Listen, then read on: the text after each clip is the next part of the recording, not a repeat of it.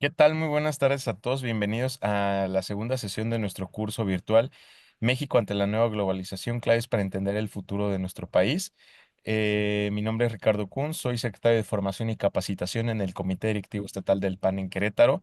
Para nosotros es todo un gusto y un honor que se estén conectando a estas sesiones virtuales de formación y capacitación, donde entre todos nosotros aprendemos cosas y entendemos mejor la situación política de nuestro país, no solamente en el ámbito local, sino en el internacional, y saber, pues bueno, qué es lo que viene para México y hacia dónde tenemos que empezar a trabajar. Es muy importante para nosotros mantener informada a la ciudadanía y tener pues estas claves y esta certeza de hacia dónde tenemos que ir en un futuro, ¿no? Entonces, pues de nuevo dejamos el espacio a nuestro ponente que nos acompañó la semana pasada, Gerardo Garibay, quien seguramente nos va a enseñar muchísimas cosas el día de hoy. Así que sean todos bienvenidos a este curso y empezamos contigo, querido Garibay. Hola, ¿cómo están? Muy buenas tardes. Un enorme gusto estar acá con ustedes para esta segunda mitad de nuestro tema México ante la nueva globalización. Les mando un enorme saludo y los invito a que caminemos juntos durante el siguiente par de horas para descubrir qué sigue para México en este nuevo escenario. Nos habíamos quedado la semana pasada explicando que una de las razones que lleva al rompimiento de la globalización en la que crecimos, de la globalización en la que cerró el siglo XX, tenía que ver con el hecho de que China está construyendo su propio imperio, está jugando, digamos, bajo lo que consideran Estados Unidos, está jugando sucio. ¿Para qué? Para construir su propio imperio. Y ese imperio lo está extendiendo no solo en Asia y en África, sino incluso en América. Y esto ha encendido focos rojos en el gobierno de los Estados Unidos. La primera pregunta que nos tendríamos que hacer, bueno, ¿por qué a China le urge tener un imperio de consumidores en América, en Asia, en África? Tiene que ver con el elemento demográfico que vamos a ver un poquito más adelante. En China, el colapso de la población ya empezó. China está perdiendo ya, o sea, no es en 10 años, en 15 años, no, ya en 2024 China perdió 1 millón de habitantes. No solo es que ya no esté creciendo China, sino que China ya está empezando a perder población y su población restante va a ser cada vez más reducidas, por decirlo de algún modo. Y eso es un problema para China. ¿Por qué? Pues porque China ha construido su desarrollo en base a las economías de escala, en base a las grandes fábricas que son capaces de producir cientos de miles o millones de todos los productos habidos y por haber. El asunto es que para que te sea negocio ese esquema de economías de escala, pues necesitas quien te compre. Y si ya no va a haber, si el mercado interno no va a crecer, sino por el contrario, se va a volver cada vez más pequeño, entonces necesitas asegurar mercados externos. Y eso es lo que está haciendo China a través de la nueva ruta de la seda, conocida en inglés como la Belt and Road Initiative, que es básicamente China te da créditos, China te financia obras de infraestructura y a cambio China se queda con tu mercado interno como país.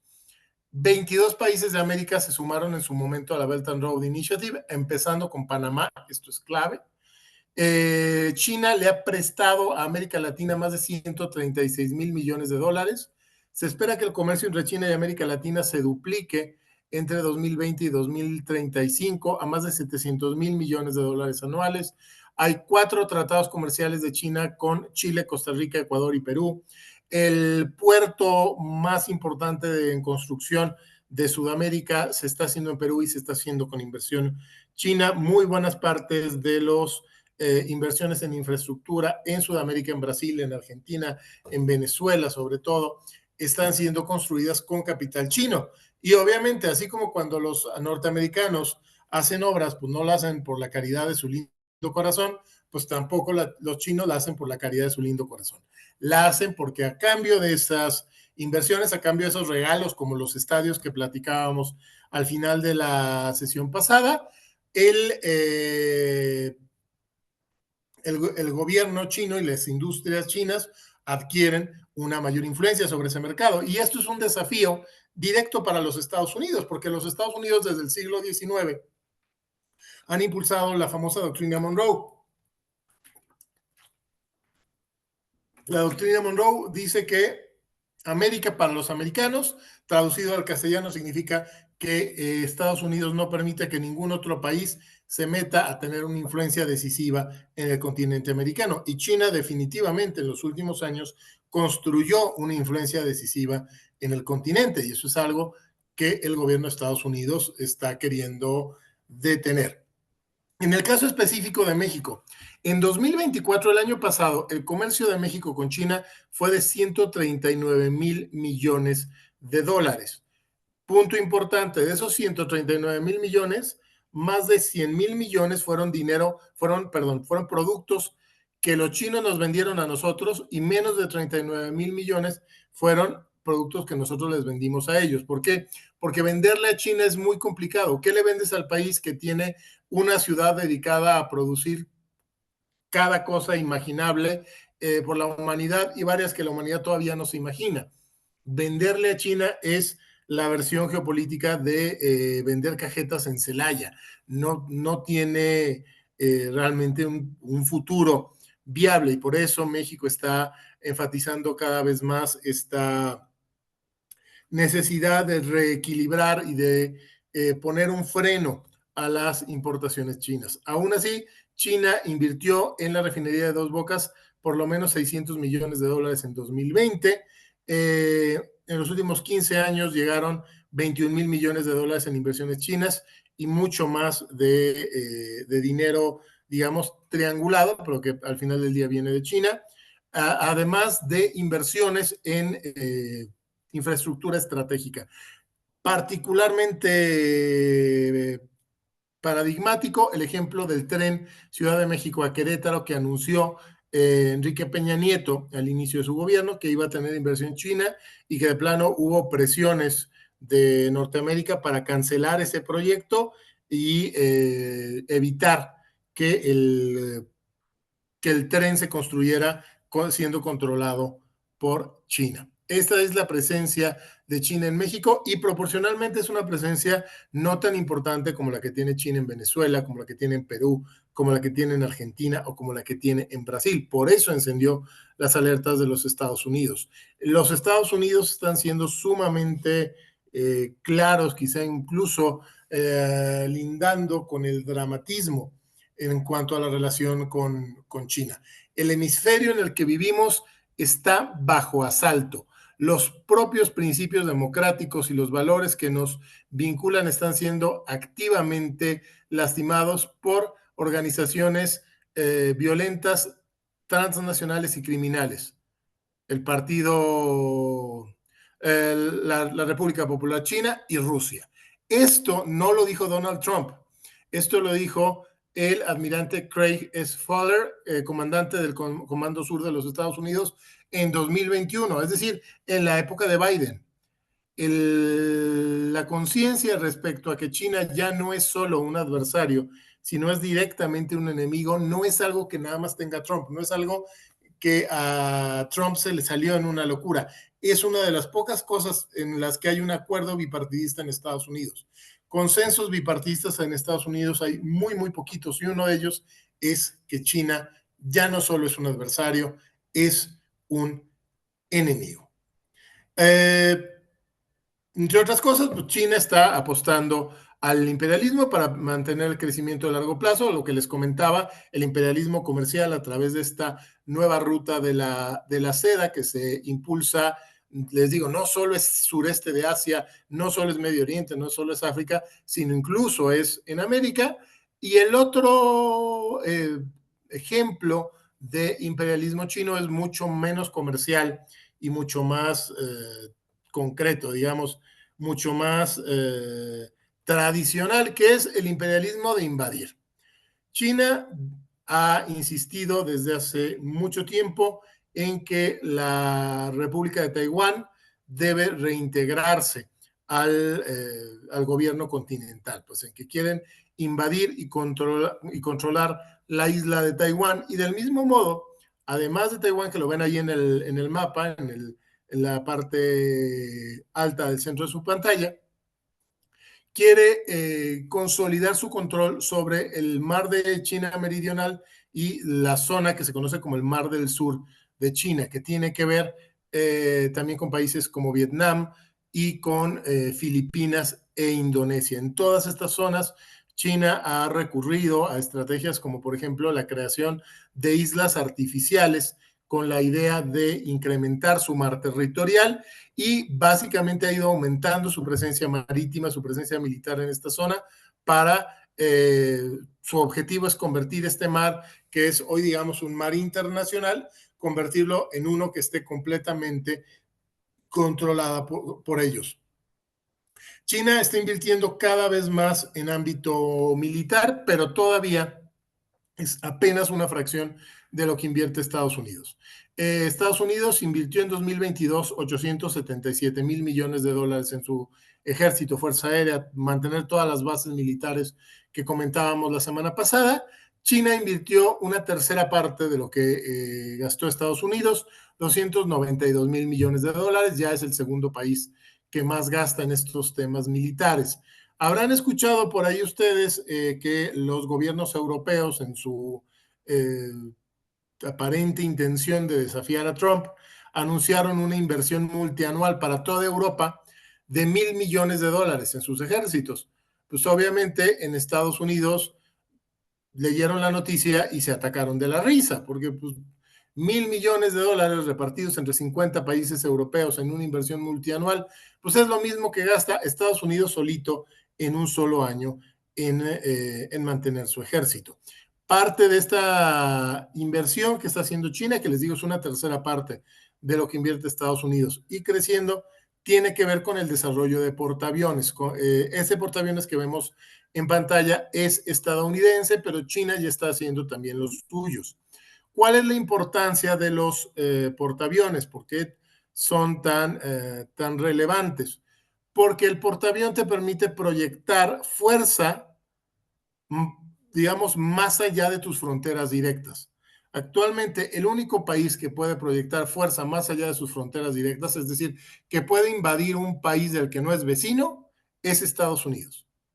Ningún otro país es capaz de invadir un país del que no sea vecino. Y una de las razones que hacen que Estados Unidos sea capaz de tener esto y que sea capaz de tener digamos, este control respecto particularmente a las rutas marítimas, tiene que ver con su flota de portaaviones que les permiten proyectar una acción, una violencia, proyectar literalmente misiles en relativamente poco tiempo en cualquier lugar del planeta Tierra. China quiere ese poder para ellos y China está usando el dinero que gana con el comercio internacional para crearse su propia flota y rivalizar con los Estados Unidos. ¿Se acuerdan lo que habíamos comentado la semana pasada? Que por primera vez en la historia tenemos un solo gran país dominante en los mares. Bueno, pues China quiere eliminar eso. China quiere entrar por lo menos en ciertas zonas del mar, en equilibrio e incluso en una posición de ventaja respecto a los Estados Unidos y quiere financiar todo eso con el comercio que sale principalmente de los bolsillos de los propios consumidores estadounidenses. Sin embargo, a pesar de todo lo que está creciendo, China sigue teniendo debilidades estructurales muy importantes. La primera de ellas, ya la platicamos, es la poblacional. La otra es la desigualdad entre provincias. Cuando pensamos en China, pensamos en las grandes ciudades que parecen incluso futuristas. Realmente en lo que estamos pensando no es en toda China, estamos pensando en la zona de la costa, que son estas provincias que ven ustedes coloreadas en azul en su mapa. Son provincias que tienen un ingreso promedio muy superior al promedio nacional. Sin embargo, la mayor parte del territorio de China está mucho menos poblada y es mucho menos próspera, particularmente provincias como Xinjiang, donde están los uigures, como el propio Tíbet. todas estas que están hacia la izquierda de su mapa son provincias mucho más atrasadas, mucho menos pobladas y mucho más pobres. Esta diferencia de ingresos y de intereses no es algo nuevo, es algo que ha acompañado a China desde la antigüedad y es un fenómeno que provoca tensiones al interior del país. ¿Por qué? Porque las provincias del interior de China tienen una serie de intereses que son distintos a los de las provincias costeras. Las provincias costeras están mucho más interesadas en comerciar, en beneficiarse de las rutas globales que las provincias del interior del país. Para evitar que esas tensiones entre las provincias deriven en un resquebrajamiento del país, China ha tenido que apostar a lo largo de su historia por un gobierno central muy fuerte y muy autoritario. Este gobierno ha tenido el respaldo de la legitimidad en los últimos años, de la legitimidad del propio desarrollo económico. Es el gobierno del milagro económico. Pero la historia nos dice que una vez que se muere, digamos, la generación de la gente que se enriqueció y los que empiezan a tener más posibilidades de decisión son quienes ya crecieron en esta nueva prosperidad, pues esa legitimidad se erosiona y por lo tanto es muy probable que veamos a 5 o 10 años, cuando mucho, volvamos a ver ya conflictos políticos intensos al interior de China. Esta es otra de las razones. Atrasar esos conflictos es otra de las razones por las que a China le urge tener su imperio. En esa urgencia por generar prosperidad económica, China tiene un problemón que son las inversiones mal hechas, los desperdicios. Hay ciudades fantasma, como esta de la foto, por toda China, ciudades que tienen todo, que tienen todas sus calles, que tienen toda su infraestructura, que tienen departamentos quizá para 500,000 de personas, para 1 millón de personas, pero que no tienen habitantes, no hay quien ocupe esas casas están vacías, incluso pueden estar todos esos edificios vacíos que ven en la imagen completamente pagados porque fueron comprados como inversión, es decir, una familia china empieza a tener prosperidad económica y en qué invierte en una segunda casa, una casa en la que no van a vivir porque ya tienen la primera casa, pero en la que invierten bajo la idea equivocada de que los bienes raíces siempre van a subir de precio. Y no, los bienes raíces suben de precio cuando sube la población que necesita bienes raíces. En el momento en que la población empieza a caer o en el momento en que la oferta rebasa a la demanda, el precio de los bienes raíces cae, porque los bienes raíces son como cualquier otro producto en el mercado. Suben y bajan de precio dependiendo de oferta y demanda. ¿Qué implica esto? Que una enorme cantidad de ahorro, una enorme cantidad de riqueza de las familias chinas, sobre todo las familias de clase media, está invertida en vivienda especulativa que en realidad no vale nada. Imagínense que ustedes juntan con todo el sacrificio, con décadas de sacrificio, 1 millón de pesos. Y que ese 1 millón de pesos lo meten ustedes, lo invierten en un departamento porque les dijeron que se va a hacer un nuevo desarrollo y que ahí ustedes van a tener su inversión segura. Entonces, todo el dinero que les costó sangre, sudor y lágrimas lo invierten en comprar un departamento en ese nuevo desarrollo. Y luego resulta que ese desarrollo queda abandonado, que nadie lo utiliza, que nadie quiere comprar casas ahí, que en realidad esos departamentos no valen 1 millón de pesos, no valen 500,000, no valen nada. Que ese dinero, que es el trabajo de su vida, de ustedes y de sus padres y de sus hijos, se ha tirado a la basura. Imagínense lo que sufrirían, imagínense el coraje que les daría. Bueno, pues esto es lo que ya están viviendo en carne propia millones de familias en toda China y la cosa va a empeorar conforme baje la población. India ya es el país más poblado del mundo, ya no es China. A partir de 2022, India se convirtió en el país con más habitantes sobre el planeta Tierra, 1,417 millones de habitantes. Y les digo, China ya está cayendo en su población 1 millón al año.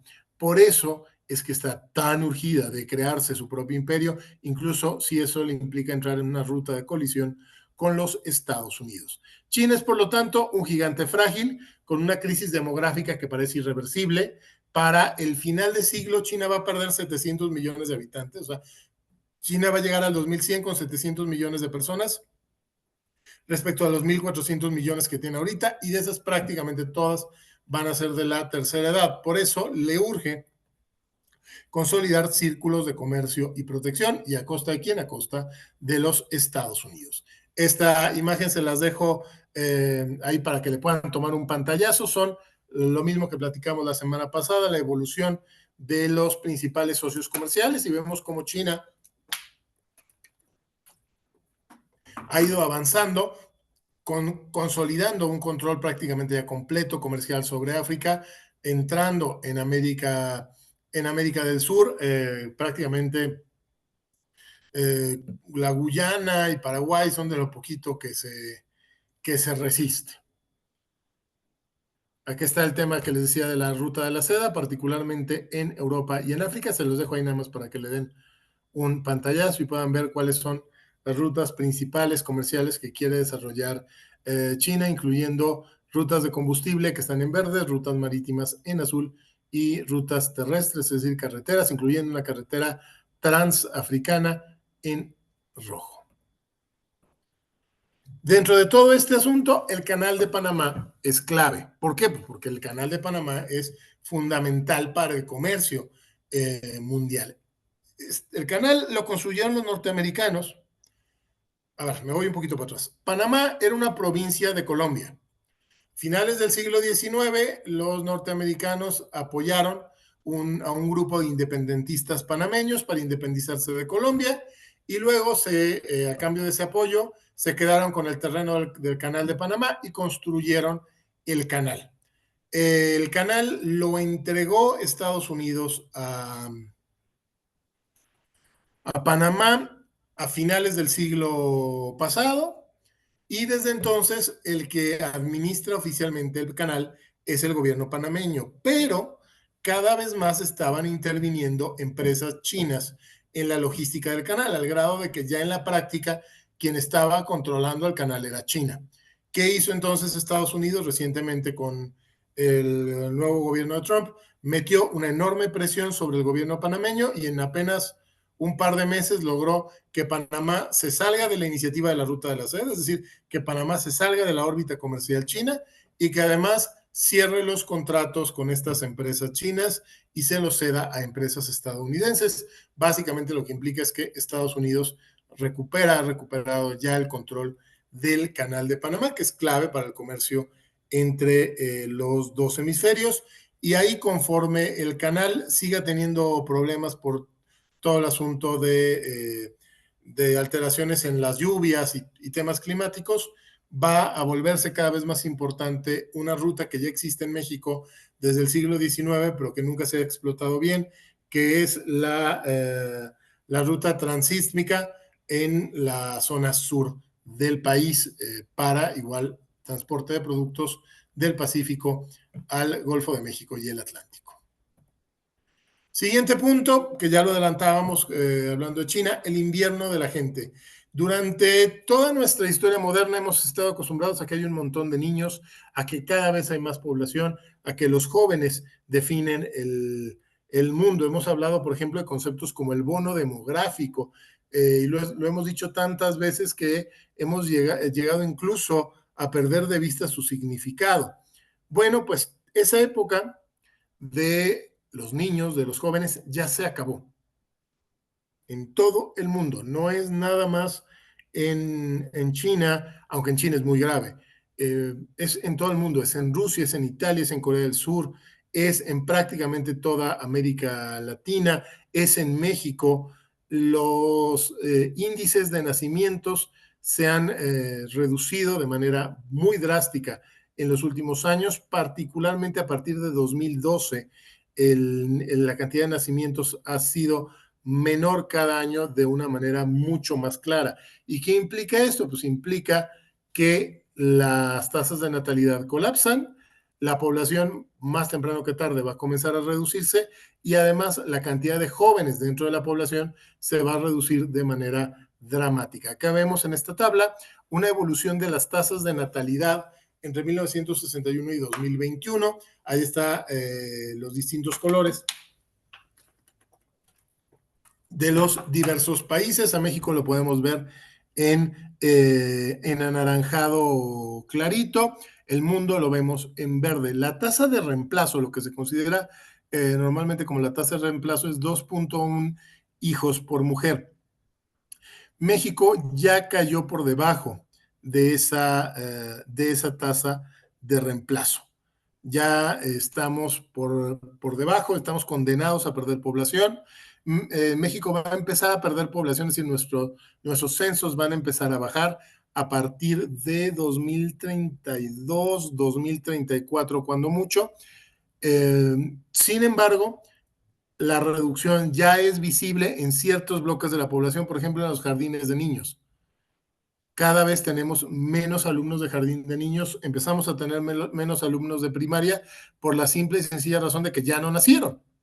El último, digamos, como el último brinquito en el número de nacimientos en México, dependiendo del estado del país, fue entre 2008 y 2012. A partir de ahí, prácticamente todos los estados, el número de nacimientos ya entró en un declive general. Y no es solo México, es bueno, países como Corea del Sur, que están en 0.80 hijos por mujer cuando tendrían que estar en 2.1, son dramáticos, pero es prácticamente todo el mundo. Europa Occidental completita, prácticamente toda América Latina con un par de excepciones, Asia cada vez más, incluso en África hay algunos países que todavía traen tasas de natalidad de 4, pero hay muchos otros donde ya la tasa de natalidad es de 3, 2.5, 2.6, y antes de que lleguemos a la recta final de este siglo, todo el planeta va a estar abajo de la tasa de reemplazo, que significa que la población en todo el mundo va a reducirse. Ahorita Estados Unidos y Europa han logrado compensar un poquito esa reducción a través de migrantes, pero el problema es que conforme la tasa de natalidad sigue bajando en los países de donde salen los migrantes, pues ya no va a haber quien migre. Y esto implica un cambio dramático de la dinámica comercial, de la dinámica social, porque todas nuestras sociedades, todas nuestras industrias, nuestros medios de comunicación estaban hechas pensando en los jóvenes. Lo normal era que hubiera jóvenes, los adultos y particularmente los ancianos eran una rareza. Estamos moviéndonos hacia el escenario inverso, donde la mayoría de la gente va a ser adulta o adulta mayor y los que van a ser cada vez más raros serán los niños y los jóvenes. Ojo, hay países donde va a ser muy dramático este ajuste. China, ya lo comentamos, Corea del Sur, Italia es una cosa también dramática, Japón, no se diga, pero en México también va a pasar. No podemos quedarnos nada más con bueno, se va a ver feo desde acá, pero lo vamos a ver desde la tranquilidad de nuestro país. No. A México su bono demográfico, lo último que le queda de bono demográfico, son los jóvenes que van a salir de la universidad entre 2026 y 2030, 2031. A partir de 2032, 2033, es decir, en 5 años, en 8 años, perdón, la población del país va a empezar a reducirse, vamos a empezar a ser cada vez menos mexicanos. Y esto es algo que no había pasado en décadas. Para ponerlo de manera un poquito más gráfica, que están las tablas poblacionales de varios países. Alemania, vean cómo el bloque principal de la población alemana es gente que tiene entre 55 y 59 años. Luego hubo una reducción en el número de nacimientos hace unos 15 años, luego volvió a subir un poquito, pero ahorita si le siguiéramos viendo la tabla, la actualizáramos a 2025, está volviendo a caer cada vez más. Es decir, en lugar de ser una pirámide poblacional, ya estamos ante lo que parecen más bien árboles poblacionales. China, el caso chino es particularmente más dramático. Vean cómo es, si fuera una pirámide, pues sería una pirámide que con cualquier brisita estaría colapsando y cada vez más porcentaje de población es de 60 años para arriba. Acá, vean, tenían 1.425 millones de habitantes, ahorita andará por 1.414. Estados Unidos, su pirámide demográfica ya no es pirámide, pero está mucho menos fea que la China. Estados Unidos, como va a seguir siendo el destino deseado para los migrantes, Estados Unidos va a poder trabajar de manera más estratégica su declive poblacional y va a poder, entre comillas, darse el lujo de seleccionar a qué migrantes quiere recibir en su territorio. Y finalmente, México. México tenía, así se fijan, hasta por ahí del 2010, teníamos una pirámide poblacional, es decir, cada grupo de jóvenes era más grande que el grupo anterior. Y así habíamos funcionado hasta, les digo, dependiendo del estado, entre 2008 y 2012, y nuestra pirámide poblacional está comenzando a invertirse. ¿Qué significa? Pues que en los próximos años cada vez más población será adulta mayor y cada vez menos población será joven. Importante, México y Estados Unidos van a vivir la crisis demográfica de forma menos traumática que Europa, China y Rusia, pero también la vamos a vivir, no nos vamos a poder zafar de sus efectos. Siguiente punto y es, en mi opinión, quizá incluso el más importante en el rompimiento de la vieja globalización, el surgimiento de la nueva globalización. La tecnología cambia el juego. La tecnología cambia el juego porque abre el espacio, literalmente, a nuevas oportunidades industriales y a nuevas formas de comerciar.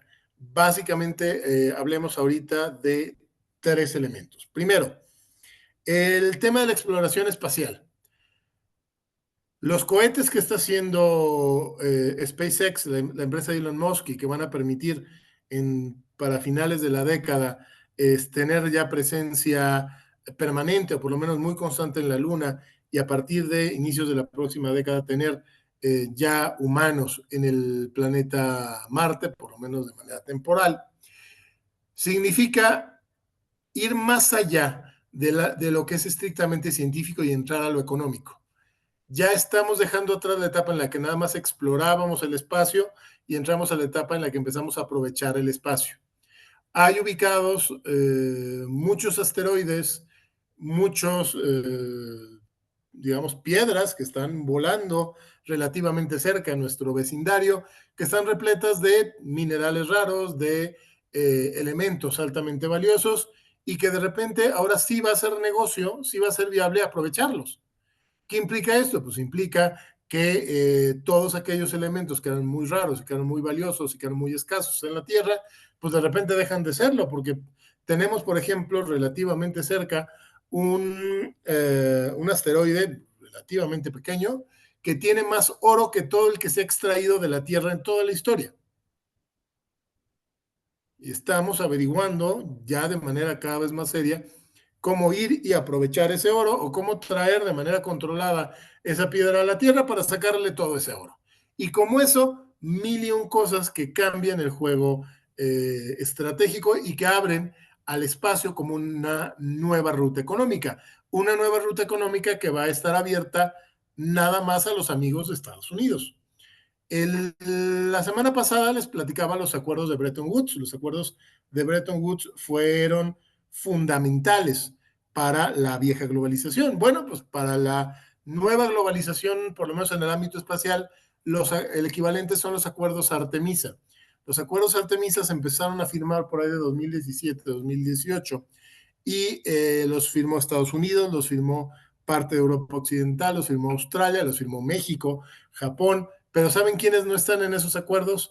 Ni China ni Rusia están incluidos en esos acuerdos. ¿Por qué? Porque la nueva globalización no están incluidas ni China ni Rusia. China y Rusia tendrán que diseñar y ver si logran crear sus propios cohetes y si no, pues se van a quedar literalmente atorados en la Tierra. Segundo punto importante, la impresión en 3D.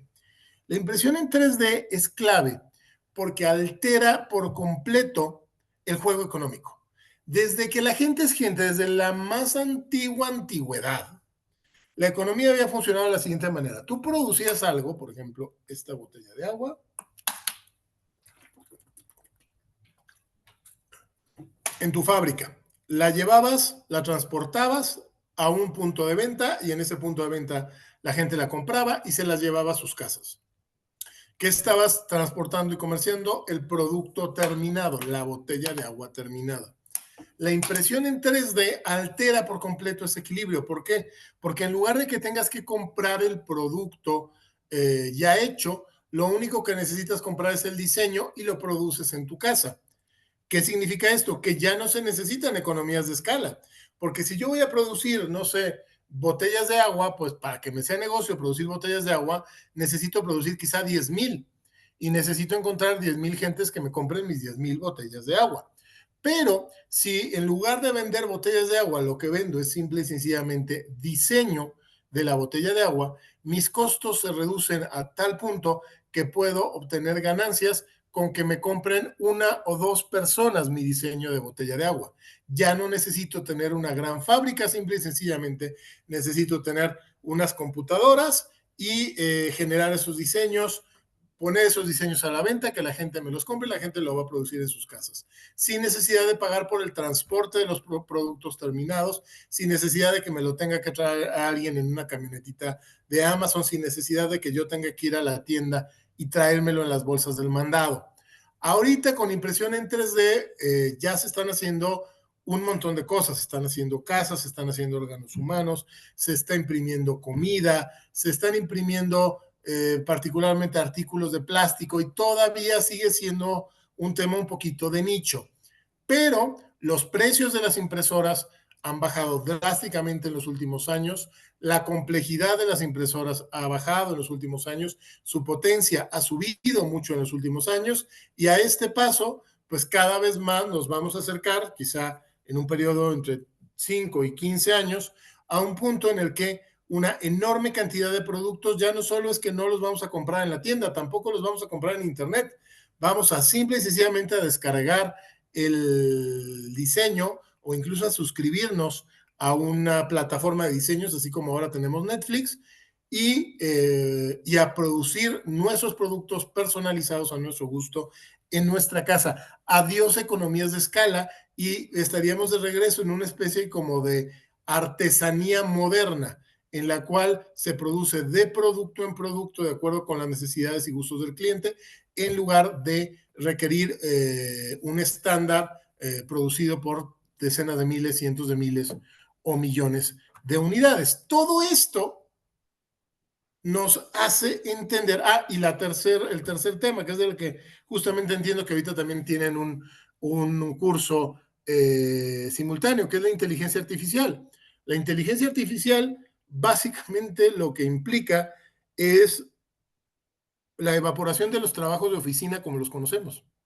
O sea, el juego de la automatización siempre habíamos pensado que a los que se iba a automatizar eran a los trabajadores manuales, a los campesinos, a los albañiles, a los trabajadores de las fábricas. Pues no, a los que se va a automatizar primero es a los godines, porque la inteligencia artificial sabe godinear mejor que los godines. Punto, porque el trabajo de oficina es estandarizable, es algo que haces en una computadora, trabajas con data y es estandarizable. Todo lo estandarizable es automatizable. Y el algoritmo pues, no se va a cansar, el algoritmo no se va a equivocar, el algoritmo no va a estar echando grilla en la cocina de la oficina, el algoritmo simple y sencillamente va a estar trabajando y trabajando y trabajando y trabajando. ¿Qué implica esto? Pues que una enorme cantidad de trabajos van a desaparecer, particularmente trabajos de oficina, lo que llamamos trabajos de cuello blanco. Y esto significa un enorme desafío para los países. Y esto también te hace entender, por ejemplo, por qué Trump está tan interesado en que regresen los trabajos fabriles a Estados Unidos. Porque las fábricas, las manufacturas, que durante mucho tiempo los países vieron con cierto desdén porque pensaban que el futuro estaba en los trabajos de oficina, pues ahora resulta que esos trabajos manuales, que también se pueden automatizar, pero sale un poquito más caro automatizarlos, esos trabajos manuales, esos trabajos en las fábricas, van a ser los que tienen más posibilidades de sobrevivir. Y entonces, así se comprende por qué a Estados Unidos de repente le interesa tanto volver a producir coches en su país. ¿Por qué le interesa tanto que regresen las fábricas a territorio norteamericano? Pues porque esos trabajos humanos van a ser sumamente cotizados y van a ser sumamente valiosos. Y muchos de los trabajos que dábamos por por hecho que dábamos como irreemplazables, ya están siendo reemplazados. Lo que pasó con Duolingo, que básicamente despidió a todos sus contratistas de traducciones, es nada más una de las primeras señales. Cada vez más las empresas, para tomar decisiones, para gestionar procesos, para administrar oficinas, van a estar recurriendo a algoritmos, y esos trabajos de oficina van a desaparecer, o por lo menos se van a reducir drásticamente. Entonces, Estados Unidos ve todo esto, ve a China avanzando, ve el quiebre del modelo de globalización, ve los cambios tecnológicos, ve los cambios demográficos y dice, ok, cambio de las reglas del juego. Ya bajo las nuevas reglas, esa globalización que antes nos convenía, ahora ya no nos conviene. Ahora queremos hacer una globalización nueva. Adiós a la globalización general, que es la globalización donde se producía y se comerciaba con todo el mundo, que es la globalización en la que estuvimos finales del siglo XIX y principios del siglo XX. Eso ya quedó atrás y llega un nuevo modelo de globalización, que es la globalización de bloques. ¿Qué significa esto? Que el comercio internacional, el comercio global se va a mantener, pero a una intensidad mucho menor de la actual. O sea, va a seguirse produciendo en el mundo para venderle a todo el mundo, pero en cantidades mucho menores y reducida a ciertos productos y a ciertos servicios específicos. Para todo lo demás, la nueva tendencia va a ser grandes bloques. ¿Qué bloques? El bloque de los Estados Unidos, el bloque de China, son los dos bloques principales, y luego bloques secundarios, India, Brasil, la parte de Europa Occidental que no se la juegue con Estados Unidos, Rusia, si es que logra mantener la independencia respecto a China, y ciertos países africanos. Y en estos bloques, pues cada bloque irá teniendo su propia tecnología, cada bloque irá desarrollando sus propios estándares y cada bloque irá cuidando sus propios productos y comerciando básicamente con sus amigos. Parte de eso es el enfoque que tiene Estados Unidos, les comentaba, en restaurar la doctrina Monroe. Esta idea de que en este nuevo esquema de bloques, China puede pelear todo lo que quiera por África y por Asia, pero América se la tienen que quedar ellos, tiene que quedar en la zona de influencia estadounidense. Y no es casualidad que el secretario de Estado de los Estados Unidos, que es el equivalente al secretario de Relaciones Exteriores, al canciller, pues es Marco Rubio. Marco Rubio no es nada más de esos hispanos que tienen el nombre, no es Elena Gómez, que tiene el nombre pero no sabe hablar. Marco sí sabe hablar español, sí entiende la política latinoamericana, la conoce bien y lo ponen en el segundo puesto más importante del gobierno de los Estados Unidos, entre otras cosas, para garantizar que esa vinculación con los países de América Latina les permita mantener América Latina dentro de su órbita e ir expulsando o por lo menos reduciendo la influencia de China en la región, así como en el siglo XIX se trataba de reducir la influencia de Inglaterra o de España o de Francia o de Portugal. Ahora de lo que se trata es de reducir la influencia particularmente de China. Entonces, dentro de todo esto, se rompe la vieja globalización, cambian las reglas del juego. México tiene tres sopas. La primera de ellas es unirse al equipo de los Estados Unidos. El gobierno de Trump ha sido muy claro en este aspecto. Ha dicho, debe de entenderse que el comercio con los Estados Unidos no es un derecho. El comercio con los Estados Unidos, el acceso al mercado estadounidense, que es y seguirá siendo el mercado más atractivo del mundo. El mercado chino no lo va a reemplazar, el mercado europeo no lo va a reemplazar, por lo menos en el corto y mediano plazo, es decir, los siguientes 30, 40 años, el mercado más importante del mundo va a seguir siendo el estadounidense. Entonces, dicen los norteamericanos, el acceso a mi mercado pues no va a ser para todos, es el mercado más importante, el mercado más atractivo del mundo, y este mercado va a ser nada más para nuestros aliados. A diferencia de lo que era el modelo de la globalización anterior que platicamos en la semana pasada, que era un modelo en el cual Estados Unidos se abría a los productos de todo mundo y le decía al mundo entero, tú mándame tus productos, no importa que tú a mí me cobres aranceles, yo a ti no te voy a cobrar, yo a ti no te voy a cobrar aranceles y te voy a dejar que pasen tus productos a Estados Unidos. Eso cambia y ahora el nuevo modelo es solo van a pasar los productos de mis amigos. ¿Quiénes son mis amigos? Aquellos que juegan en mi equipo. ¿Quiénes juegan en mi equipo? Aquellas personas que están geopolíticamente alineadas conmigo.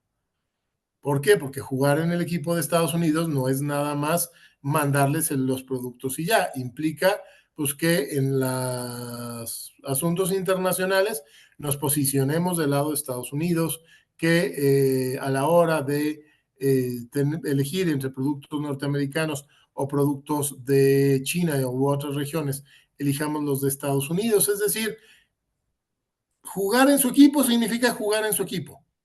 Ya no hay ese espacio que durante mucho tiempo aprovechó México para jugarle un poquito chueco a los Estados Unidos y ser por una parte aliado y por la otra dárselas de independiente. Ahora en el nuevo modelo es, quieres los beneficios de comerciar conmigo, tienes que jugártela conmigo sí o sí, tienes que estar dispuesto a trabajar conmigo. ¿Cuál es el beneficio, digamos, de este esquema de unirnos al equipo de los Estados Unidos? El beneficio, digamos, directo es que es el país al que tenemos más cerca, es el país en el que tenemos una mayor posibilidad de influencia, es un país con el que tenemos una gran cantidad de comercio y es el país que muy probablemente va a ganar esta guerra comercial y este nuevo brinco de la civilización de bloques, de la globalización de bloques. ¿Por qué? Porque Estados Unidos tiene la tecnología, tiene los recursos naturales, tiene la población, tiene la fuerza militar, es decir, tiene todos los elementos para ganar en este juego de globalización de bloques en unas condiciones mucho más ventajosas que China y ya no digamos que Rusia, que es un país que está al borde de la desaparición en 10, 15 años, como cuando mucho, o Europa Occidental, que ya va también de bajada, incluso les digo la propia China, o India o cualquiera de los otros países que ustedes puedan pensar, ninguno de ellos puede competirles. Oye, pero ¿y los BRICS? A ver, el tema de los BRICS, ¿qué son los BRICS? Es un foro internacional donde está China, está Rusia, está Sudáfrica, en algún momento se quiso meter Venezuela, pero no le hicieron mucho caso. Y la idea es que está Brasil, y que son los países que le pueden competir a los gigantes. ¿Cuál es el problema de los BRICS? Que son países, China, Sudáfrica, Rusia, Brasil, son países, India, son países sumamente corruptos, muy, muy, muy, muy corruptos, y son países que como son muy corruptos, particularmente en la gestión de sus finanzas, no van a ser capaces de sumar sus economías. O sea, el argumento de los BRICS es que los BRICS son poderosos en la medida en la que sean capaces de unir sus economías. Pero unir tu economía significa, por ejemplo, crear una sola moneda. Crear una sola moneda significa que ya no vas a poder poner a funcionar la maquinita de hacer billetes cada vez que el presidente de tu país se quiera comprar una nueva mansión, que ya no vas a poder manipular el tipo de cambio cada vez que los políticos de la clase gobernante quieran robarse el dinero. Y obviamente no van a ceder a ese espacio. Ni China, ni Brasil, ni Rusia, ni Sudáfrica van a estar dispuestos a dejar de tener su propia moneda, porque el tener su propia moneda le da un enorme margen de maniobra a sus políticos. Entonces, no se van a unir. Los BRICS quedarán en todo caso como una curiosidad, como un foro para el derecho al pataleo, pero no como una alternativa. Y entonces, las dos alternativas reales en términos de o te unes a un equipo o te unes al otro son Estados Unidos y China. Ventajas de unirnos con Estados Unidos. El comercio entre Estados Unidos y México es sumamente intenso. Creció en 462% a partir de la firma del Tratado de Libre Comercio, superó el trillion en inglés, billón en español, los $1,000 millones en 2024. Ojo con esto, hablábamos de que el comercio con China en 2024 fue de 139 mil millones. Bueno, pues nuestro comercio con Estados Unidos fue 6 veces mayor, fue de más de $1,000 millones. Somos el principal socio comercial de los Estados Unidos. Tenemos una enorme cantidad de remesas que llegan de los paisanos que están principalmente en Estados Unidos. Aproximadamente $60,000 millones al año llegan en remesas. Estados Unidos es donde más invertimos. Ojo con esto. Cuando los mexicanos invertimos en empresas, el país en el que más invertimos es en Estados Unidos. Y lo mismo, cuando Estados Unidos invierte, pues está uno de los principales países donde invierte es en México. Nuestra relación comercial es enorme, es una de las más grandes del mundo, si no es que incluso la más grande del mundo, y somos el principal socio comercial de los Estados Unidos. Nos convertimos en el primer socio comercial de los Estados Unidos por primera vez en 2019. En 2019, México superó a China y México superó a Canadá como el socio comercial número uno. Luego llegó la pandemia, China recuperó ese primer lugar por todo el tema de los cierres de la pandemia, pero a partir de julio del 2023, México volvió a superar a China y esta vez parece ya irreversible. México ya es claramente superior a China y a Canadá en términos del comercio con los Estados Unidos. Les va un dato. En el mes de marzo, las exportaciones de México hacia Estados Unidos, nada más las exportaciones, sumaron $45,000 millones, 15% más que en marzo del año pasado. A pesar de todo lo que se ha dicho sobre los aranceles y de todo lo de Trump, las exportaciones de México hacia Estados Unidos alcanzan un nuevo récord, 45,000 millones de México a Estados Unidos, superando claramente a las de Canadá, que eran por ahí de 36,000 millones, y a las provenientes de China, que rondaban los 29,000 millones durante el mes de marzo. ¿Qué implica esto? Pues que México está profundamente vinculado a la economía de los Estados Unidos. La economía de los Estados Unidos está profundamente vinculada a la economía mexicana. No solo pensemos en los malls de Austin o de Houston o de McAllen o de Bronzeville.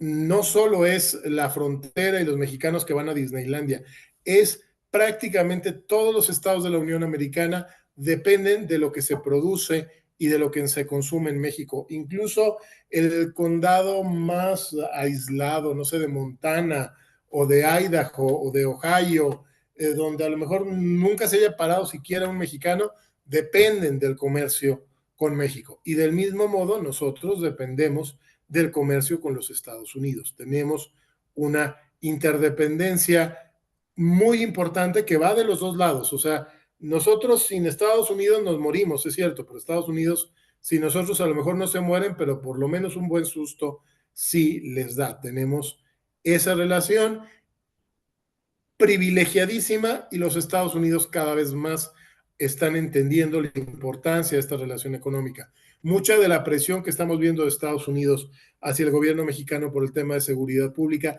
tiene que ver justamente con esto, tiene que ver con asegurar la viabilidad de las cadenas de producción y de distribución de las exportaciones y asegurar también que el pueblo mexicano tenga el dinero y tenga la seguridad suficiente como para seguir consumiendo los productos que llegan de los Estados Unidos.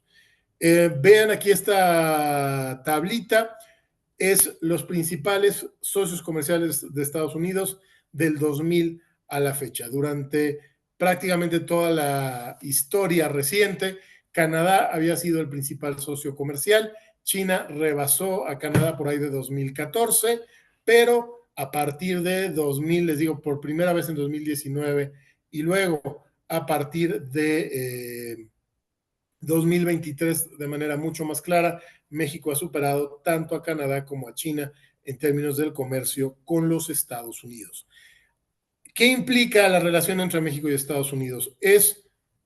Los números son monumentales, son enormes.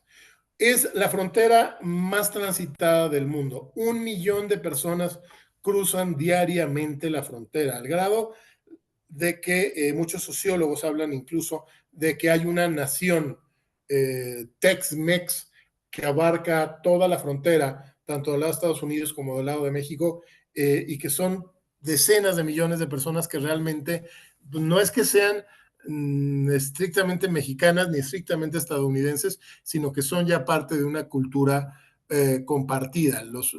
Las ciudades fronterizas, pues la mitad de la vida la haces en México, la otra mitad de la vida la haces en Estados Unidos. Y no solo aplica, les digo, para los mexicanos que se pasan a Estados Unidos a comprar en Ross, aplica también para los estadounidenses que se pasan a México a comprar muchos productos, a comprar medicina, a ir al doctor, a ir al dentista, a aprovechar las ventajas que brinda México, del mismo modo en que los mexicanos se pasan a Estados Unidos para aprovechar las ventajas que implica vivir en nuestro país. México es el país sede de una de las principales, si no es que la principal, o la segunda principal comunidad de expats, es decir, de estadounidenses que viven fuera de su país. Al menos 1.6 millones de estadounidenses viven en México y considerando la cifra de mexicanos que tienen doble nacionalidad, este número pudiera ser incluso mucho mayor. En México, el único país donde viven más estadounidenses que en México es en Inglaterra. En segundo lugar, ahí está México. Del otro lado, 38.7 millones de mexicanos, contando primera generación y también hijos y nietos, viven en los Estados Unidos. Hay 60 millones de hispanos en Estados Unidos. De esos 60 millones de hispanos, 40 millones en números cerrados, es un bloque enorme de los Estados Unidos. Es, digamos, de primera generación, los que todavía no han tenido, no son hijos ni nietos, hay aproximadamente 11 millones de migrantes. De estos 11 millones, aproximadamente unos 5 millones están en situación ilegal, son migrantes ilegales. El gobierno de Trump ha amenazado con deportarlos y ha hecho mucho ruido. Sin embargo, las deportaciones siguen cayendo. O sea, no solo no hemos tenido un incremento en las deportaciones, sino que incluso se están reduciendo. ¿Por qué? Pues porque deportar particularmente a la gente que lleva mucho tiempo viviendo en Estados Unidos y que no ha cometido delitos es políticamente inviable. O sea, podrán deportar a una que otra persona para tratar de espantar a los demás y por eso están haciendo tanto el énfasis en la autodeportación, pero en la práctica una deportación masiva le garantizaría al gobierno de Estados Unidos perder las elecciones del 26. ¿Por qué? Pues porque todos esos migrantes, pues a lo mejor el migrante ilegal no vota, pero tiene familia, tiene amigos, tiene clientes, tiene jefes, tiene toda una relación de apoyo social que sí vota. Entonces, al final del día, Estados Unidos podrá hacer mucho ruido, pero va a tener que acabar encontrando la manera de regularizar esa población migrante. Y aquí entra nuevamente el dato fundamental de Marco Rubio como secretario de Estado. Porque en Estados Unidos, ¿por qué hay tanto migrante ilegal en Estados Unidos? Porque las leyes migratorias americanas son espantosas, son burocráticas, son horribles, están mal hechas, los jueces de migración están saturadísimos, la legislación migratoria estadounidense es un desastre. Ha habido varios intentos de arreglarlo, de resolver este embrollo migratorio. El último intento serio para lograr una reforma migratoria, que fue por ahí de 2013, fue una iniciativa bipartidista, estuvieron republicanos y demócratas. Esa iniciativa, esa última iniciativa seria de regularización de los migrantes la encabezó justamente Marco Rubio cuando era parte del Congreso. Entonces, ahora está en el segundo puesto más importante del gobierno de los Estados Unidos, una persona que entiende el fenómeno de la migración, particularmente de la migración latinoamericana, y sabe que esa migración se tiene que regularizar de una o de otra forma, pero se tiene que regularizar porque no es viable simple y sencillamente hacer deportaciones masivas, por más que lo quieran eh, decir así en los medios de comunicación. De la población mexicana en Estados Unidos, 65% viven en California, Texas y Arizona. El bloque mexicano en esos estados es particularmente fuerte, pero hay población mexicana básicamente en los 50 estados de la Unión Americana. A mí se me hizo bastante curioso. Hace 4 años que fuimos de vacaciones al Parque Nacional de Yellowstone en Montana, si mal no recuerdo, y llegamos a un pueblito chiquititito, o sea, de unos 3,000, 4,000 habitantes, y había un negocio de tacos, ¿no? O sea, fuimos y nos comimos unos tacos a la entrada de Yellowstone, bastante caros, pero mexicanos, perdón, no Taco Bell, tacos mexicanos, y además estaban sabrosones, aunque bastante caros. ¿Qué implica esto? Implica que hay un soft power muy fuerte de Estados Unidos sobre México, que eso ya lo sabíamos, pero también de México sobre los Estados Unidos. México tiene sobre Estados Unidos un nivel de influencia enorme, un nivel de influencia superior al de prácticamente cualquier otro país, con la excepción quizá del Reino Unido. O sea, el único país que puede influir en Estados Unidos más que nosotros es el Reino Unido. Vamos, ni Canadá, que Canadá básicamente es un apéndice de los Estados Unidos, aunque no lo quieran aceptar. Vemos acá ilustrando esta imagen, este fue uno de los partidos de la NFL en el Estadio Azteca, fue, si mal no recuerdo, un Cargadores de Los Ángeles contra Cardenales de Arizona, creo. Están ahí las banderas de los dos países y pues sí, vemos a los mexicanos involucradísimos con la NFL, pero no es toda la historia, también juega del otro lado. México es el principal mercado para la NFL fuera de los Estados Unidos, aproximadamente entre 15 y 20 millones de personas vemos el Super Bowl cada año. Déjenmelo, les pongo acá, ahí está.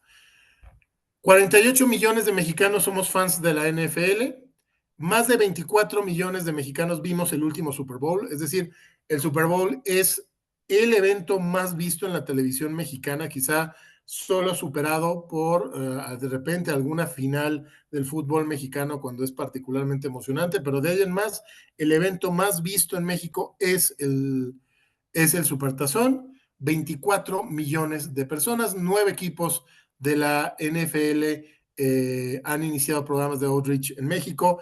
El crecimiento del flag football o tochito es impresionante en México y es un ejemplo de soft power y de vinculación estadounidense en México, pero también pasa del otro lado, el tema del fútbol. ¿Cuál es el mercado más importante para el fútbol mexicano? El mercado más importante no es México, es Estados Unidos. La Liga Mexicana es única en el mundo en el sentido de que su mercado principal, su mayor fuente de ganancias, no está en su país de origen, sino que está en los Estados Unidos. Se ha hablado por ello de este plan a mediano plazo de integrar las dos ligas, la MLS y la Liga MX, teniendo como punto intermedio esta Leagues Cup, que ha sido hasta el momento no un gran éxito, pero el solo hecho de que se esté pensando seriamente en integrar la Liga MX con la MLS nos habla de un nivel de integración social, de integración demográfica que no existe prácticamente entre ninguna otro par de naciones a nivel mundial. Y esa influencia que les digo, no solo corre de Estados Unidos hacia México, sino también de México hacia Estados Unidos. Acaban un par de ejemplos. Estas dos fotos son, ay Dios mío, creo que las dos son de Salt Lake City y sabritones, sabritas, y vas a una tienda y te encuentras el estante completo con todo el pan dulce Bimbo y te lo encuentras en español, además de una enorme cantidad de productos de Bimbo que están de las otras marcas de las que Bimbo controla en los Estados Unidos, pero pues hay una presencia constante y directa de los productos mexicanos. Del mismo modo en que, bueno, por ejemplo, acá en esta imagen vemos, les digo, no recuerdo en dónde la tomé, creo que fue en Salt Lake City, una enorme cantidad de productos de Little Debbie, que es como el Marinela de Estados Unidos. Y vas a una tienda acá en México y también te vas a encontrar, sobre todo las tiendas de autoservicio, te vas a encontrar Little Debbie, particularmente los Swiss Rolls, que por cierto son deliciosos. Los productos de México llegan allá, los productos de Estados Unidos llegan acá e interactúan de manera constante. Y esa interacción, les digo, no solo es con los migrantes, sino cada vez más los propios estadounidenses, digamos, gringos, están consumiendo los productos mexicanos. A mí nunca se me va a olvidar, hace unos años, en un diplomado al que fui en Auburn, Alabama, una ciudad en el sur de los Estados Unidos, como hora y media al sur de Atlanta. En ese diplomado, el único mexicano era yo, había un par de venezolanos, creo que había un argentino, y ya, todos los demás eran o ingleses o gringos, pues, o sea, WASP, White Anglo-Saxon Protestant, ¿no? O sea, los americanos estereotípicos, por decirlo de algún modo. Y en uno de los días, muy contentos, pues nos daban, en este diplomado nos daban también la comida incluida. Nos dijeron, les vamos a dar tacos. Yo dije, en la torre, nos van a dar las mugres de Taco Bell. Por cierto, luego uno aprende a valorar Taco Bell cuando son las 11 de la noche y todo está cerrado y lo único abierto es Taco Bell, pero de todos modos Taco Bell sigue siendo horrible. Entonces, pues yo estaba preparado para lo peor, ¿no? Y me van a dar aquí una tostada ahí toda doblada con un montón de cheddar y lechuga, pues ni modo. Llegan los famosos tacos. Bueno, eran tacos de guisado. No tacos no gringadas, eran tacos de guisado como los que te puedes encontrar en cualquier esquina de México, de rajas de chicharrón prensado, de bistec, y además buenísimos. Tacos de guisado mexicanos como los que te puedes encontrar, igualitos con su tortilla hecha a mano, igualitos a los que te puedes encontrar en cualquier buen barrio de México. Eran puros gringos. Y sin embargo, en ese evento, como uno de los platillos estelares y de los elementos estelares del evento fue comida mexicana de a de veras, no Tex-Mex, no la versión americana, no, comida mexicana de a de veras. Eso es soft power y es soft power que México tiene sobre Estados Unidos en un nivel mucho mayor que cualquier otro país.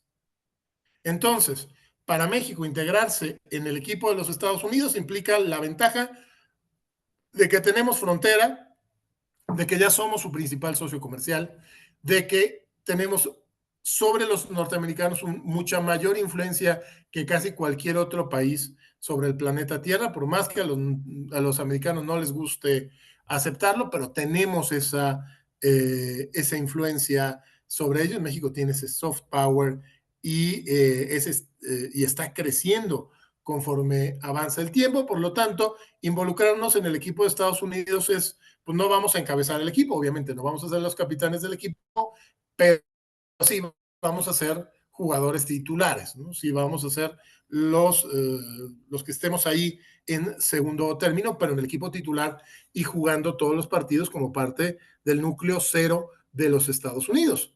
Obviamente, eso implica pues aceptar que tenemos que jugar en el equipo de Estados Unidos y que no podemos andarle haciéndole al independiente eh, y al separado, mientras al mismo tiempo queremos recibir los beneficios de comerciar con Estados Unidos. Si queremos comerciar con Estados Unidos, tenemos que jugar en su equipo y si no, pues buscar otros espacios. Si decidimos no jugar en el equipo de Estados Unidos, si decidimos que no queremos ser parte del Team USA, ¿qué otras opciones tenemos? Tenemos dos opciones. La primera es el equipo de China. ¿Por qué? Porque el otro bloque importante, el único otro bloque que puede ser por lo menos simbólicamente competitivo, es el bloque chino. América Latina por sí misma no tiene, incluso si se uniera, no tiene la capacidad, ni el mercado, ni la tecnología, ni la población, porque además nuestra población ya se va a reducir como para ser relevante. No nos podemos unir a prácticamente nadie más, tendría que ser o a Estados Unidos o a China. ¿Cuáles las grandes desventajas de unirnos con China? Pues básicamente toda la contracara de lo que ahorita les acabo de decir de Estados Unidos. Con Estados Unidos tenemos frontera directa, con China no. China está literalmente al otro lado del mundo. En China hablan en chino. O sea, tenemos una diferencia de lenguaje, una brecha de lenguaje que es enorme. Si de por sí nos cuesta trabajo a veces hablar en inglés y a los gringos les cuesta trabajo hablar en español, interactuar con China de igual a igual sería mucho más complicado. ¿Por qué? Porque además para los chinos el tema del lenguaje siempre ha sido fundamental. En la historia de China, más que definirse por razas o por identidades nacionales, China se ha definido por identidades culturales. Básicamente, durante toda la historia, la visión geopolítica de China era aquellas personas, aquellos pueblos que saben hablar y escribir en chino son civilizados y son dignos de tomarse con respeto. Aquellos que no saben hablar y escribir en chino son casi subhumanos y no son dignos de tomarse con respeto. Así ha funcionado China desde la antigüedad. Y entonces, pues implica para México, para que a México lo tomen en serio, pues implicaría aprender chino, que literalmente decimos está en chino y no es casualidad, porque para nosotros, con nuestra, digamos, con nuestro idioma base, que es el español, aprender el chino es mucho más complicado que aprender inglés. Estamos mucho más lejos de China en términos geográficos, estamos mucho más lejos de China en términos geopolíticos. Las prioridades geopolíticas de China, ¿dónde están? Están en su propio barrio, digamos, sus propios países al sur, Vietnam, Camboya, Filipinas, Indonesia, están en sus colonias principales en Medio Oriente, en Rusia, que ya va a acabar siendo una especie de colonia o semicolonia china, a menos que los americanos se la logren quitar. Y en todo caso, si México se uniera al equipo chino, pues no entraría, ya no solo, no sé, obviamente no sería capitán, porque el capitán tiene que ser China, pero ni siquiera estaría en el equipo titular. México sería banca en el equipo de China. México nunca tendría para China la importancia que tiene para Estados Unidos, que estamos mucho más lejos, somos mucho más diferentes en términos culturales, geográficos y hasta lingüísticos. Por lo tanto, pues China nos tendría como una colonia de su imperio, vendiéndonos productos de plástico de dudosa calidad y hasta ahí, sin que realmente pudiéramos influir sobre China, como sí podemos influir sobre Estados Unidos, porque la comunidad mexicana en China es básicamente cero, y sin que China tampoco tenga la presencia suficiente en México como para que esos chinos que viven en México regresen a China, lleven nuestra cultura a una escala comparable a la que la llevan los norteamericanos que vienen a México y luego se regresan a los Estados Unidos. La ventaja de unirnos con China pues sería que pues, tendríamos la posibilidad de plantarle cara a los americanos, ¿no? Es decir, lero, lero, me trataste mal, me voy con la otra. Sería básicamente la única ventaja. Y hay una tercera opción, decir, ¿sabes qué? Ni con tirios ni con troyanos, ni con China ni con Estados Unidos. Jugarle al que se alía un poquito con Estados Unidos y luego un poquito con China, y luego darnos de topes cuando Estados Unidos y China nos manden los dos a freír espárragos y que nos quedemos en la tribuna, que nos quedemos como el resto de América Latina condenados a la irrelevancia. ¿Cuál es el riesgo de quedarnos en la tribuna? Que en la tribuna nos vamos a quedar muy, muy, muy atrás. Lo que viene, particularmente en términos tecnológicos, es un cambio radical. No es, mucha gente se imagina que, por ejemplo, la inteligencia artificial, la impresión 3D, la computación cuántica, que es como cuando cambiaste tu computadora con Windows XP a Windows 11. No, no es así. Es un cambio profundo, es un cambio equivalente a la invención de la agricultura o a la invención de la escritura. Nada más que cuando se inventó la agricultura, los cambios se tardaron siglos, incluso un par de milenios en consolidarse. Acá los cambios se van a consolidar en cuestión de un par de años, ya no de un par de siglos. ¿Y quiénes van a llevar mano en esos cambios? ¿Quiénes van a mantenerse al ritmo de esa tecnología? Los países que estén metidos en alguno de los bloques fuertes. Los países que se queden en la tribuna van a quedarse irrelevantes, como ya lo es buena parte de América Latina. Hace unas semanas, un par de meses, el presidente de Ecuador salió a la tele a decir que le iba a cobrar aranceles del 25% a los productos mexicanos. En México recibimos esa noticia pues, con una carcajada, nos reímos unos 20 segundos, luego fuimos a ver en el mapa dónde quedaba Ecuador, y luego medio minuto después ya se nos había olvidado que existía Ecuador. ¿Por qué? Pues porque el comercio entre México y Ecuador es una milésima parte que el comercio con Estados Unidos. O sea, es nada. Ecuador en el plano internacional es nada.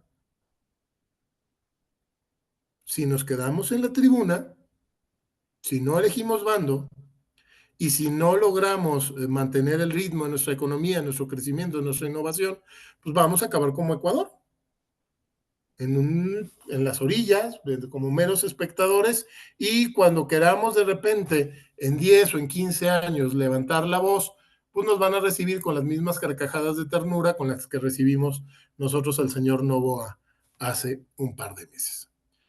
Ahora bien, ¿qué decisión va a tomar México? México tiene que decidir qué camino tomar. Y la buena noticia es que parece ser que el régimen lo sabe. O sea, eh, por muy necios, por muy demagógicos, por muy ignorantes que sean López Obrador y Sheinbaum y su equipo, pues dice el refrán que no hay loco que trague lumbre.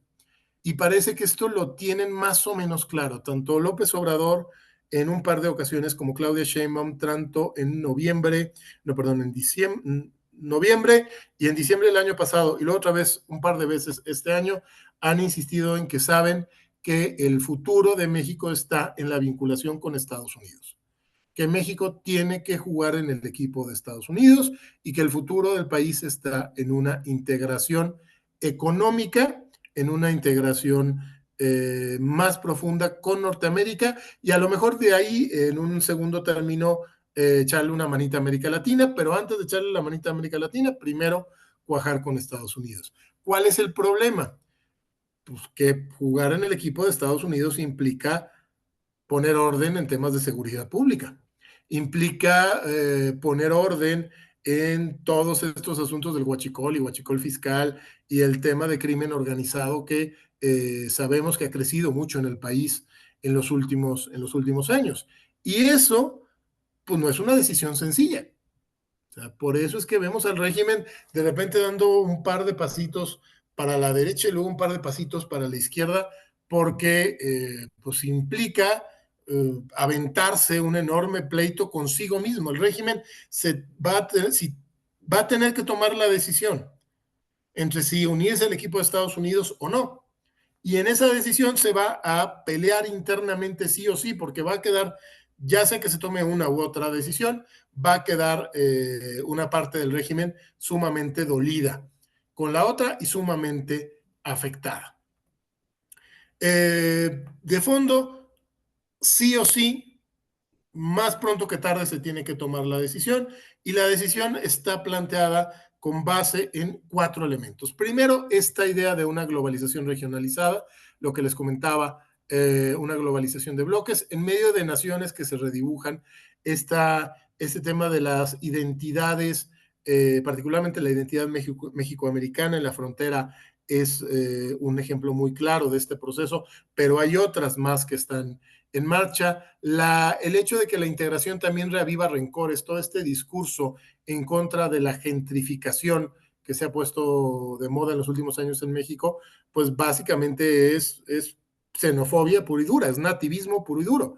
Es básicamente el mismo argumento antimigrante de los Estados Unidos, pero espejeado del lado de México. Y es algo natural, es una reacción de la naturaleza humana cuando sientes que las viejas certezas se están tambaleando. Y al mismo tiempo, la conciencia en ambos países de que el formar un bloque es clave para su seguridad nacional. México es indispensable para la seguridad nacional de los Estados Unidos y los Estados Unidos son indispensables para la seguridad nacional de México.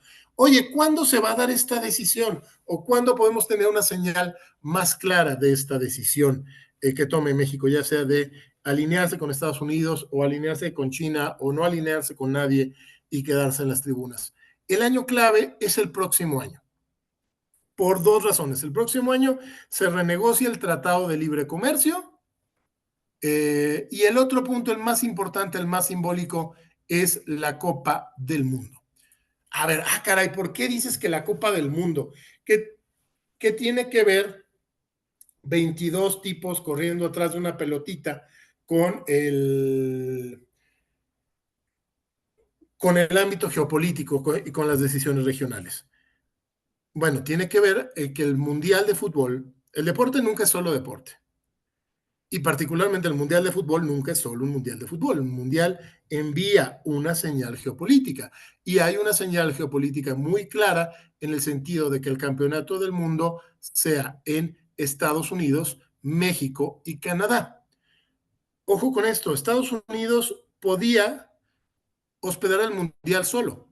O sea, Estados Unidos no necesitaba ni a México ni a Canadá. En estricto sentido, podía organizar, tiene estadios de sobra para organizarse un mundial con 200 selecciones y a cada una le alcanza un estadio. ¿Quién decidió que se hiciera con los 3 países? Bueno, pues la negociación se hizo en el primer gobierno de Donald Trump. ¿Por qué? Porque es mandar una señal de unidad hemisférica, es decir, Estados Unidos, México y Canadá jugamos en el mismo equipo.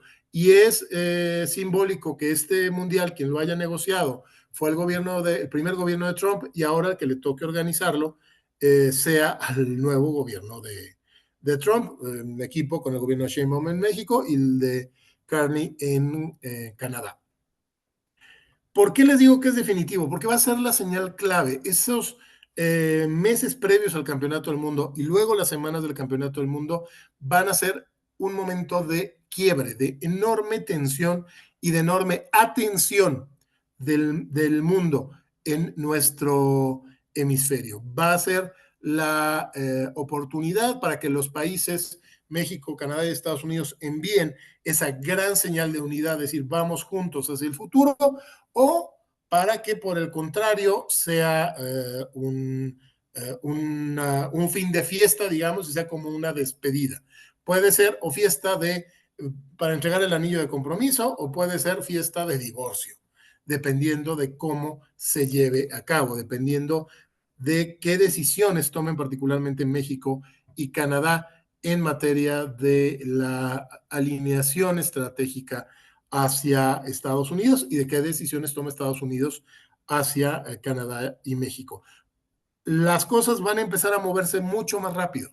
Ya se empezaron a acelerar, ya vieron todas las noticias, no voy a entrar ahorita a hablar de las noticias que han pasado en los últimos días porque sería tema de otra plática, pero empezamos a ver una noticia tras otra que nos van reflejando un proceso, una máquina que se pone en un movimiento cada vez más veloz y esta velocidad se va a incrementar. La gran decisión en la cual el gobierno de México, la presidenta Sheinbaum, va a tener que definir si se une al equipo de Estados Unidos a costa de pelearse con parte de su partido o si rompe con Estados Unidos a costa de sumir al país en una crisis y de pelearse con la otra parte de su partido, esa decisión va a tener que llegar en los próximos 12 meses, a más tardar en las semanas previas o posteriores al Campeonato Mundial de Fútbol, porque no es solo deporte, es geopolítica y son señales y es un mundo que está en marcha.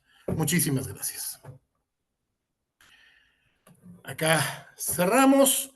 Los invito a que estemos en contacto a través de las redes sociales y abrimos por ahí espacio para dudas, preguntas, comentarios. No sé si me pueden apoyar por ahí, Pan Querétaro. Igual, si alguno de ustedes quiere tomar de una vez la palabra y hacer uso del micrófono, adelante, con todo gusto. Escuchamos sus preguntas y vamos respondiéndolas.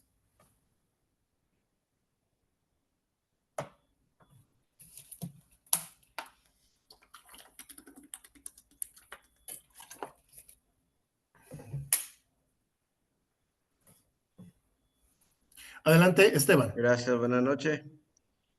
Pues yo más que preguntas, lo que nos expusiste la semana anterior, Gerardo, y ahora, pues nos invita a hacer una reflexión. Tenemos que hacer una lectura puntual de lo que está pasando, por un lado, con nuestra relación con Estados Unidos, en el tema de lo que viene del TEMEC, esta relación de China que ya se tiene y que va a seguir creciendo, y la importancia que juega México en ese sentido en la región latinoamericana, por la cercanía que tiene con la Unión Americana, que es, digamos, de los principales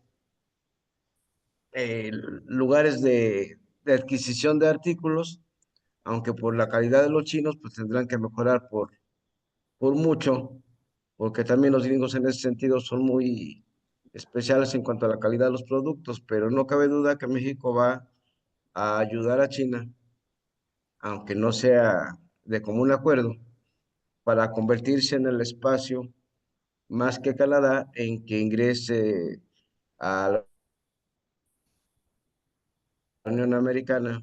Entonces México ahí, si saben jugar ese tema en términos de regulación económica y demás, pues puede salir beneficiado en temas de carácter impositivo y que una parte de ese dinero que se quede aquí en México en las arcas por cuestiones fiscales. Sería comentario de reflexión de bote pronto. Gracias, Gerardo. Así es, muy cierto. Y ahí México va a tener, el asunto es que México va a tener que saber hasta dónde jugar sus cartas sin tensar demasiado la relación con Estados Unidos. Y ese es, creo que el equilibrio al que está queriendo construir el gobierno mexicano. Y es un equilibrio bien complicado. O sea, donde te salga un poquito mal, donde se te pase un poquito de tueste, puede venir un rompimiento que fuera nefasto. Pero digamos que mientras no llegue ese rompimiento, México va a estar buscando dónde sacar la mayor ventaja posible de su posición geográfica para obtener inversiones y para sacar, digamos, ventaja de los países que quieran hacer negocios con Estados Unidos vía México. Ahí el gran punto, el gran problema que tiene México es el tema de la electricidad. O sea, ¿por qué no está llegando más inversión? ¿Por qué no está llegando más nearshoring o friendshoring a México? Pues porque no hay electricidad. Hubo menciones en algunas conferencias mañaneras a principios de año acerca de un plan nacional en materia de electricidad y de nuevas inversiones, pero mientras esas inversiones en electricidad no cuajen, no se conviertan en una realidad, el país no va a poder sacar todo el provecho que le podría sacar a la posición geográfica y vamos a seguirnos perdiendo de muchas inversiones y de muchas fuentes de empleo que se vuelven cada vez más importantes conforme la tecnología vaya sacando de juego los empleos de oficina. Y esto es un proceso que se va a empezar a ver quizá en el próximo par de años, pero va a volverse mucho más evidente para 2035. Si México tiene 10 años para atraer inversiones fuertes y para atraer empleos de manufactura al país. Si en 10 años no los atraemos, particularmente los jóvenes que van a estar recién saliditos, ese último shot, digamos, de jóvenes que van a estar recién salidos de la universidad entre el 28 y el 2032, van a llegar a un ámbito laboral en el cual no van a ser necesarios porque simple y sencillamente no van a poder competir con la inteligencia artificial, sobre todo para los famosos puestos de nivel de ingreso y y ello va a implicar un problema de desempleo juvenil como el que no hemos tenido nunca en este país. O sea, en este país sí tenemos ninis, pero nada que ver con lo que viven, por ejemplo, España o Italia o Grecia en términos de desempleo juvenil. Si queremos ver lo que viene para México en caso de que no nos pongamos las pilas, échenle ojo al drama de los jóvenes en esos países, España, Italia, sobre todo España e Italia, niveles de desempleo juvenil que llegan hasta el 50%. Muy Ah, bien. sí, sí. Y lo que dice de la electricidad es cierto, yo me salí unos minutos de la reunión porque se fue la energía eléctrica y tenemos casi toda la tarde aquí en Tasco en que no tenemos telefonía celular. Entonces, sin telefonía celular para los datos y luego de que se va la luz para el wifi, pues andamos medio. Qué bueno que no era examen, que si no, pues qué hubiera hecho. Así es. Gracias, Carlos. Y es un enorme problema porque para las propias empresas, si tú estás produciendo en una fábrica, necesitas garantizar que vas a tener suministro eléctrico el 99.99% del tiempo. Entonces, estas fallas eléctricas, pues sí son, espantan inversiones y pasa a nivel nacional. Muy bien. ¿Alguien más? ¿Algún otro comentario? Con gusto los podemos ir respondiendo.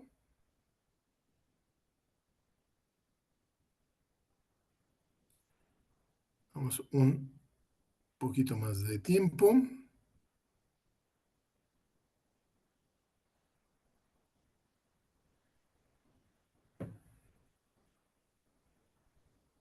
Ok, entonces si ya no tenemos por ahí más comentarios, por mi parte sería todo. Reiterarles el gusto de haber compartido esta sesión con todos ustedes. Los invito a que conectemos a través de redes sociales. Me pueden encontrar como @Garibay Camarena en las distintas redes sociales, particularmente, bueno, prácticamente todas las redes sociales, pero particularmente Twitter, bueno, ahora X, Facebook y LinkedIn. Ahí con todo gusto podrán echarle un ojo a los artículos y a los demás contenidos. Regreso entonces, cámaras y micrófonos a Panquerétaro. Vamos a esperar ahí que nos...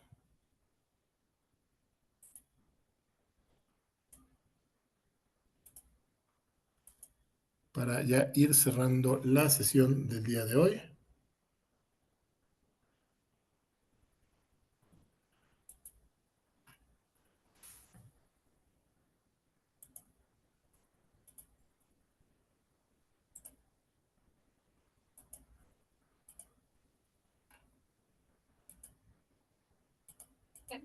Listo.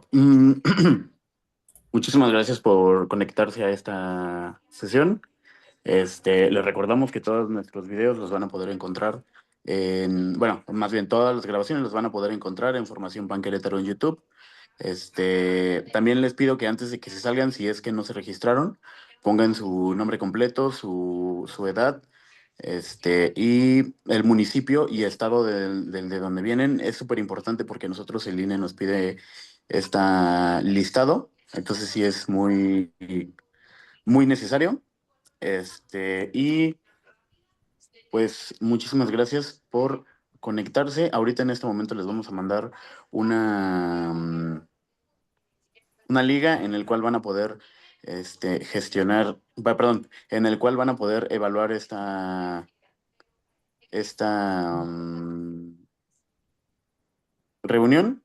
Y creo que sería todo por el momento. Muchas gracias por conectarse.